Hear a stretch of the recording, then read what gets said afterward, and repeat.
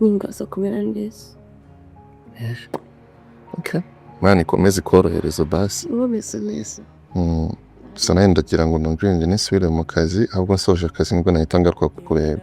Nako sika nje yeka ndije nyine. Ntacyo humura. Hello. Waje hejuru mu cyumba cyanjye se nk'uki. Time. Akupe nawe tumubona komeza no kureba. Nuse wabaye nuse sindi kugufata neza. Fata neza. Neza. Kurya. Okay. Uraza kumera neza sibyo? Thank you. Angel.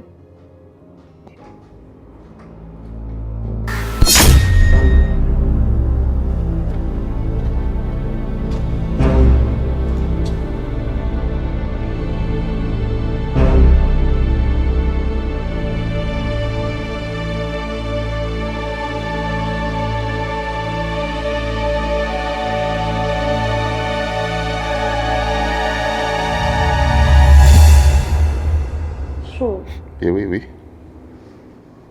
Genda unywere isosi. Ushyiremo agasenda. Oya ariko ndwaye mu nda sibyo urusenda si rwambabaza. Urusenda usinzi urwaye? Nyine ndashaka isosi ariko urusenda. Sita. Simbizi by'uko kubishaka ntabwo mbizi. Mubwire nyine uko mbishaka bari kubikora. Njye ntabwo nzi ibyo ukunda simbizi. Nkorera isosi kandi n'umugabo wanjye mubaza ikintu ashaka. Oya njye meze neza mvuye ku kazi mfashe. Okay.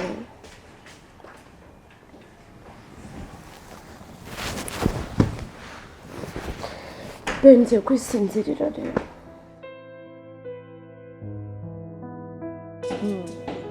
Meze bite? Meze neza shari.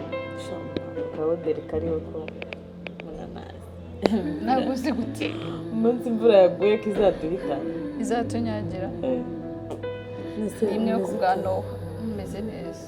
Ese ko mbona udafite courage. Warwaye? Ntabwo urwaye shari. Ni stress zayisha ziba ziri hano buri munsi. Zinca intege shari. Buri munsi Aisha se byagenze. Njye sinabwiye ko Aisha njye tubana twagurukana. Umva umwanya wo gusenga n'umwanya wo gusenga n'umwanya wo guha umuntu ukuri nuko umuha ukuri. Aisha rwose birabe ntago yabinyigira. Sawa nyine. Ubu raho uri kwigira shayi turiza ujye ukomeza usenge. Nusagire umwana urira ubundi ngo bimeze bite? Nta nubwo aroroha. Aisha noneho ni intambara. Umva Aisha noneho turi guhangana bimwe by'intangaro bimwe byeruye ariko bana bya bintu byo kugenda ngo turi kwinginga turi kubebezanya ntago biriho. Ndikumva noneho uru rugo rwadogereye. Hari miserero. Ni impangara ngo hangara uyumve. Akoreka nkubwire. Aisha ubanza impamvu ari kwigira bino bintu. Niyihe? Ubundi Aisha wamweretse n'ubundi ko byose bishoboka. Wenda ko impamvu ari kwigira gutya ari imitungo azi neza ko papa we yagusigiye. Ukajya nko mu nzu ukajya hanze mukava muri iyi nzu nini ugashaka inzu ntoya iri aho wakodesha. Noneho akabona ko noneho ubuzima bwose bushoboka ko ushobora korohamo. Igitekerezo nicyo. Niyo mpamvu rega buriya ngo ukunda kintu. Njye mfite plan B. Reka nkubwire aho arashaka kureba akabona etage tuyemo akabona izi modoka zose mutunze akajya yumva nyine araniyumva ararira kugihe aranywera kugihe ariko buriya we uzi ubuzima uzi aho wavuye. Nakasa mutwaye. Numva genda ubikore gutyo kandi ngenzi ko bizakora. Sibyo? Nuko niko kuri. Njye reka nkubwire urabibona nyine nawe uba muri iyi nzu. Nta kintu ukora we nayishe. Sibyo? Niko bimeze. Tekereza ufate iyi nzu ishyiremo abapangayi urebe icyo wakora inzu ijye no kwishyura. Noneho muri icyo gihe muri iyo nzu Aisha azajya agenda aho anamenya n'ubwenge abone ko byose bishoboka. Uko icyo gitekerezo nicyo umva ni ukugishyira mu ngiro ahubwo kandi bizakunda. Hereba hano hejuru habereyemo ubusa. iyi nzu ibereyemo ubusa reba inzu ubamo wenyine nyine nawe urabibona we nayisha mwishyiremo reka ngenza gushakira n'abadiaspora baba bashaka amaparitema baze babemo bakwishyure ariko nyine Aisha umwigisha ubuzima aho hanze ubuzima ntabwo bworoshye arasinziriye sha uri kumva yiga ubuzima biba ngombwa umva umukaranga noneho birenze ariko se utamukaranga Aisha afite ubucucu oya ntabwo nabishobora kumukaranga aca ikintu cyo nzahimuka njye gushaka hanze reka nigendere urakoze sheri ngenda abona ari we mwanzuro nawe ngaho genda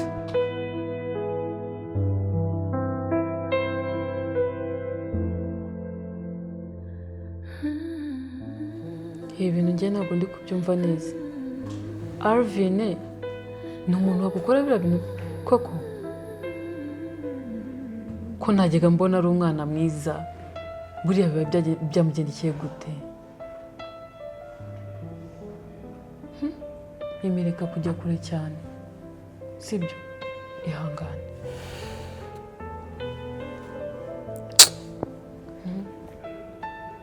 Ndi kwikinisha muri ibintu by'inkunda kuko nabigiyemo kuva kare hose nirinda zino stress none ndabi mase yabinkora ntatangura no kumukunda ntabwo nabikekaga pe ko yabikora ariko wenda wasanga hari ikibyihishe inyuma wowe komeza umukunde nyine nk'ibisanzwe nk'ukuntu usanga umukunda wasanga hari ikintu cyihishe inyuma ko ari Aisha uri kubikora kugira ngo akubabaze we ntabwo uri kubikeka ndiko ndashaka ikintu cyotuma kimunkuramo bazi byibura bazi urukundo ndamufitiye bose rukamva no Mimi koresha ubwenge neza ni ukuri utekereza udakoresheje amarangamutima njye ndi kubona ari Aisha biri inyuma kugira ngo akubabaze birangire ucitse intege zo gukunda Alvin urumva nkomeze ndamukunda mukunde ni ukuri kandi ndabizi ko bizashira nzonkomeze inzozi kura he zo gukunda umuntu ngo mbona bamuryama kubagira ibiki ntabwo byoroshye ariko birasaba gukomera njyewe impamvu ya mbere ntabwo ukomeza ubikurikirane urebe ko atari Aisha sibyo ibindi Alvin azabikwibwirira buriya ariko na Alvin adashaka kugira ubwenge bazi yibaza ko nafise umutima ubabara mbese nagira ubwenge bwo kumukwepa niba ari Aisha ariko arabimushiramo mvuna agatima kanje kagira kamvemo oya wowe komera kandi usenge sibyo noneho ukomeze ubikurikirane nk'uko mbikubwiye urebe impamvu biri kuba sibyo ukomeze umukunde kuko nta kindi murimo gupfa sibyo hanyuma uzaza kubona ubona impamvu iri gutuma agukora ibintu nka biriya koko sorry pole nukuri komera nararinze umutima wanje ikintu cyo babaza giturutse ku mwana w'umuhungu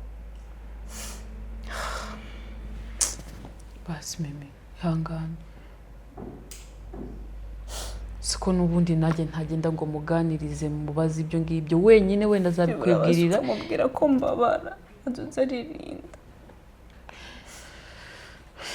Mimi biragoye njye nta kintu namubwira ariko nakimubunda mukunda cyane nicyo kibazo wibaza yuko ntaranamukunda kumbuye narashize nsigenda mukunda cyane ibaze ko nari no mu nzira zo kwimubwira none ndabiri ibintu natanguye gukora umva njye inama nakugira ntago wamwanga kuko uramukunda kandi nanjye nkwifuriza ikintu cyanezeza umutima wawe sibyo kumukunda ukewe ngo haba no mu ijoro ndamurota ahantu hose mba ndi niyo ngumana waguma mu byiyumviro uvuga ngo nasigaye ndamukunda cyane harageze nyine ko ndamuhinyisha ndamubwira ati Alvin nanjye ndagukunda nyine yishime none ndabira cyane yacitse intege ntabwo yacitse intege ahubwo biragenda gutya bigahura na Aisha nawe ushaka kumuha umwanya wawe nyine akabura uwohereza umwanya ariko ntuzabura aho muhurira nurangiza umubwire ko umukunda hanyuma nawe n'ubundi urabizi ukuntu yahoraga kwirukanka inyuma niba n'ubundi akigukunda azahita akatira nde Aisha akomeza gukunda kandi ntabwo uzigera ubabara camukatira nasuye no kumuha umwanya nasuye no kumureka ngo amwikore ko turiya tuntu twose umva yiwe sinjye warota aho mbwiye ati umva ayi ndakwiyamye genda umugahita mukunda nshaka numva nifuza kubona wishimye urimo guseka sonza mbora nkubona uri mu gahinda kwahita tujya kubiseremburira noneho nkabona Aisha aratabonye turi kumwe nabyo nagumaze uzi ukuntu ndishimiye arandishimiye nkaze mbona agiye kumwiryamishwa nkaze mbona none hari ikintu yakoze numva ndafushe neza byanyabye uzi gufuhira umuntu utanabwira ko umukunda birababaza gute wita wumva umutima wenda kumeneka urabyibuka byimba sinzi ko napfa uyu muhungu mwana ntabyo narenze kabisa ariko noneho ubu byaje naramufuhiye numva ngiye gupasa ubu yesuwe komeza umukunde nyine nzaba numva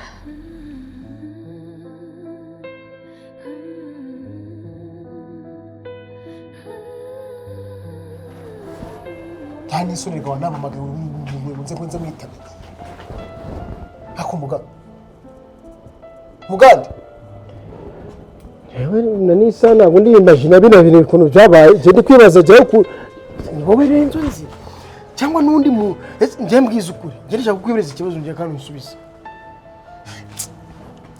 kubizi nyine mukunzi nyine sheri nyine y'umukobwa waragiye umbwira ukuntu umukobwa ari mwiza umbwira imibiri yombi umbwira aho afite nzaza mfata nakubwiye kujya mu shyamba ukazanira inturume uburambwiye ngo kwa mabuja wanjye ni muri zoo hororerwa inyamaswa ubakora mu rugo wawe si byateka murabira byibuze uza no kwihangana akabanza akagenda ukaza kunuka yengere yagiye njyewe nazo gutuka n'imbere yiwe mbeko mbwiza ukuri niba ni inshuti yanjye umaze kumupasa ngo bangahe yewe uriya mukobwa afite imyaka ingahe singa 85 gutya iki imyaka cyo ntabwo ndi bukigarukeho kuko buriya ashobora kuba akuze nk'urujyo none njyewe urebye ugasanga ninjye ukwire ariko nawe ntabwo uri muto ubyibuke none ninjye ukwiriye gusa amahembe yose abakecuru agomba kunjyamo ese n'uri umusaza muka nyine mbwiza ukuri nubwo n'uri umusaza nyine mbwiza ukuri basi ko utuvugije ukuri ubona ni ikihe kintu wifuza ko nagura kugira ngo nshimishe wowe ugenda ako mwana nawe rero mbwiza ukuri pe nta kintu kimwe nigeze nkubeshya n'iki na kimwe sinigeze n'uyu munsi uko naryaga isano yuzuye napasiragamo kabiri nkagusigiye ko nabaga nzi ko ni mugore uri buze wowe ufite imana uvata ahantu ukora hazima njyewe urugo ndi mu gisirikare meze nk'aho ndafunze hano ni muri gereza mpamvu nawe wambeshye inshuro 400 wambeshye ngo uraza kuvugisha umuntu kuva mwavugana wigeze umbwira iki inde wabuze ibintu mbona narabwiye mimi mubwira buretse gato maze mbikubwira naramwete mimi imbere y'Imana n'abera nakubeneye ahantu hazima ahantu uzasitara ku musego ukagwa kuri matera arambaza ngo aho niyo aho batari umuhungu inshuti yanjye bamwita Renzo ni umuntu ushakisha ni umuntu ufite ahazaza uvuga nabanje kumubeshya afite ibitaro 15 nayoboye afite imitungo nka 800 ngo yango ngiye cyo nshaka ngo umuhungu ngo dukunda nango nago ngendera nago zagendera ngo ku bintu ashaka umuhungu nkunda byanyabyo mitamwe ati uwa uzi kunahise ambwira ahora ambwira ati basi wafashije ukamuza n'amasegonda 5 kutarabikora rero iki kutarabikora gakure mu nyo y'umurozi jyagene nkuhuze n'umuntu wawe ugenda ako mwana uri umugome dore kutukagenda ukazana umusazi nkamenya ngo uri umusazi ari kuririmba ibiririmba akanancira mu maso uragenda uzanye umuntu none ari kwibembereza ameza ari yarakanuraga nkumva ahantu ushaka kunesha kutamara igita umuntu uriya gusoma ngiye numva gushaka ibyo gusomana no gusoma kugira ngo murinde rero gusomana nagomba kuzana uriye ariko so kandi uretse kuburana nta kuntu uri kuzamukura akazana nyashi akazana nyashi nyine ukazajya ubona icyo ufata nkuko ari kurimbira ikibazo gasi kiri ikibazo uri mu maso ni impyisi mu maso meze nk'imvubu arakaruruka nuko kimaraso mbabwese nje nyine wenda rezo seka kaba kari kundi karahandurika hoya mwenyura reka manze kubwira George. Imana ntabwo abwiriza ni ukuvuga ngo Imana igomba kuguhereza ibintu udafite niba ufite agasura keza ikaguriza n'umuntu udafite agasura keza kugira ngo urebe ukuntu yabihuriza hagati muzabyara umwana mwiza hey Bice hey akuse kudaheruka kumbwira hano mu rugo bimeze bite n'ibyo Indese hano mu rugo ryari hano ibintu byose byarakaze hano ibintu byarakaze byagenze mfite inzara sinyirya sinywa ikibazo agahinda n'umaze iminsi uri kuntera ubu niko nimereye neza ndi kubona umusheri wanjye turi mu cyumba turyamye amasaha amasaha turi kumwe nagomye ni kubona mwanzi urujya bigenze ne ngenguza ni gukora uramwanzi uragize ngo amasango bamuri ko ngaro ugenda wanika kare mu buriri maze ndebe ko byari amamagara izina sheri cyajya wara gusumvaga ntabyumva ijwi kiritaniye n'iryanjye siko nagize ngo ni wowe umamagaye habo se n'umukobwa cyo n'umugore ugize umukobwa kugira uratora mu shyamba ushatse ikintu kirepfira n'inyamaswa ibintu n'inyamaswa yanze kurya urabizanye ngo bari njye ubirya kandi birasabirana nawe ujye ubimenye ndetse n'uramvubu ndetse n'iranganye ukuntu kuze n'ukuntu asa byose birahura rero uzi ko dushaka kunshimisha mimi nawe muhebe oya kumva muga ngiye kumushimisha ndaza kubikwa ndaza gushaka indi base nyine umukobwa nkundana nawe ngumbe gukundana ubu nk'amasandi kumwe nawe nagumbye kundi kumwe n'umugabo ariko uri gukora na test hari ukaba uri kureba ukuntu ujya mu rukundo bya nyabyo cyangwa uriya mukobwa nkajya mureba ngambwije najya mvugana nawe rero ushaka kutagira icyo umubwira akazi gukora twa tundi twamwanye ukuntu twabwira nkasoma hese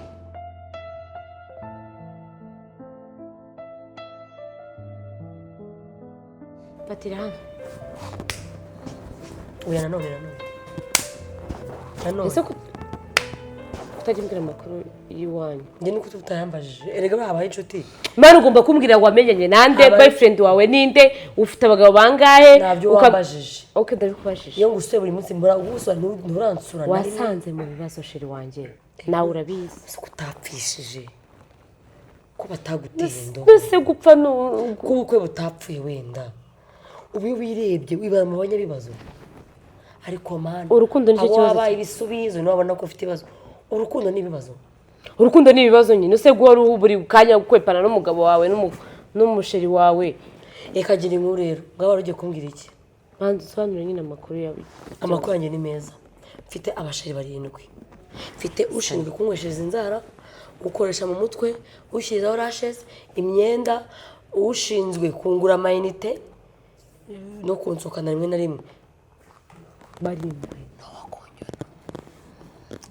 nese umwe ntabwo akora ibyo byose yakubyuna akanagukorera nta n'ibyo byara n'ibiki uwo mwanya se abona abagabo bose baba bakanuye amaso bashaka ko tubitaho ariko abagabo ubwo abagabo twabwo biki basigaye bashaka ko tubitaho kurusha uko batwitaho twe twabaye abagabo baba abagore ntabwo rubizi ibyo bintu harimo abubatse yego muri zo school aho se nyarumungo ni umusore ngende nditana nawe yese ndi Sam mana abagabo batse nibo batanga amafaranga jojo karame azagutera sida sha sida niyo nayi sha sida ko usa sida ntabwo nyitinya sida si ida na a inyuguti enye byibuze bari nka ari ikintu kigizwe n'inyuguti ijana wenda nafata ko nyifitiye inda se kindi kibazo abana n'ukuntu abana babuze wanyeka nimba nanabyara icyafashe nimba mbyara wakuyemo benshi we hanyuma se guto utabyara kandi wakuyemo abana ubu ngize imana nkatwita ubu ngubu ndamushaka hari umuzungu twahoye ni muzima mufate neza nyine kugira ngo muzabaye kandi ubu bwawe nyine ngo ubu ngubu uri kunyitaho muri ino minsi ariko nyine yaragiye twarashwanye dupfuye iki hari imbobo twari turi gutana muri ino minsi irangije inamamagara iri kumpinda ariko ngo iyi minsi arabibona abazungu bize barafuha cyane ahita yigendera ariko yambwiye ngo nyine ngomba kumusaba imbabazi gusa arankunda cyane akunda kureba stati zanjye nanjye murisha umutima kagira inkuru rero mbwira nawe stati zawe story zanjye ni sawa kabisa nyine nawe kubwiye Samu asigaza hano buri munsi cyane wabimbwiye ikintu ngukora ari gike nukoresha umutima wamo koze niba ari umwana wacu nabyumva umutwa musheri mutuma amazi aho bidakenewe nkarya amakuru ya Ruvini nkapfa nkenda nkamusoma nkagira gute kugira ngo nyine bireba arakari abone nyine agira ishyara abone ko rero bakunda sheri nawe rero shawe nyine se mbona nsigaye mbona nyine nawe yaramukunze byataye arafuha kenda nyine akagenda nko kurira ndi kuri mimi karafa ku buryo kabikwereka ku buryo ibaze nyine ibintu mbashatse narabitestinze ariko nsanga aba yafushye bwo yananyica bya bindi byanyu ndi na miso nafite kuzayandi ibiryo abo yabanje kuryaho buri nawe urabizi umukobwa akunze umuhungu ntacyo atakora yanaruka none se wibikoze ari vina byitwara amate ntabwo mba nitaye kuri Alvin ngiye mba nitaye nyine iyo uri kumusoma ijisho rya Samu uribona rimeze gute hari ukuntu mukajya kureba ahandi ugatuma umugarura gutya mu kabari agira gutyo ugatugira gutya none uzabura ubwenge kagasigara kakenda gupfa kuri se karababaye njye nababaye gakeya nababaye gake akuze ibintu uriya mukobwa yankoreye ari nawe ndi ubanje undi ubundi harya mwabanje yasanze nkundana n'umusore umwana ni mushyashya mu rugo twaramwakiriye aze kuri niba ntwaye umugabo se ejo zatwa mama we yamutwaye kera kurega iyi nta mugabo batwara batwara imbwa ushaze rwose ko ari nari imbwa ntabwo mvuze ko ariyo ariko ibikorwa byo bigaragaza ko ari imbwa nyine nimba ukunda n'umuntu akabagukunda bya nyabyo nawe utekereze neza abagabo barabuze nzakura undi muhungu muzima usenga kuriya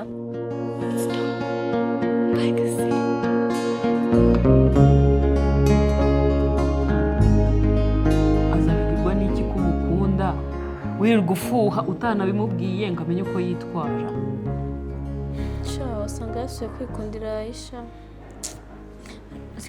uzi ko ubuheruka Aisha yarigwaje nimba yaragwaye na byonse noneho aramubwira ngo aze kumuraba amusanga mu cyumba Aisha arampamagara kugira ngo nyine anyereke ko bari kumwe mu cyumba urumva ko rwego narafushe umutima warirutse muri ako kanya wari kumpima nka tension yari gusanga ngira ngo igeze Rwanda kubyumva nyine ukuntu byayemeze kuba ukunda umuntu none ukabona undi ari kumwipfusha umutima urabizi mba banzira kenda kwazi ikintu gukunda no kubimeze ahubwo ngiye maze kumirwa gute udashobora kwifatira umwanzuro kuri mukuru ugende ubwire ko umukunda hanyuma urebe reaction yiwe niba ari bugukunde cyangwa atari bugukunde kugira ngo umenye uko yitwara ese uramutse umukunze ntazagukunde byagenda gute uhora ucecetse gutyo ubigumana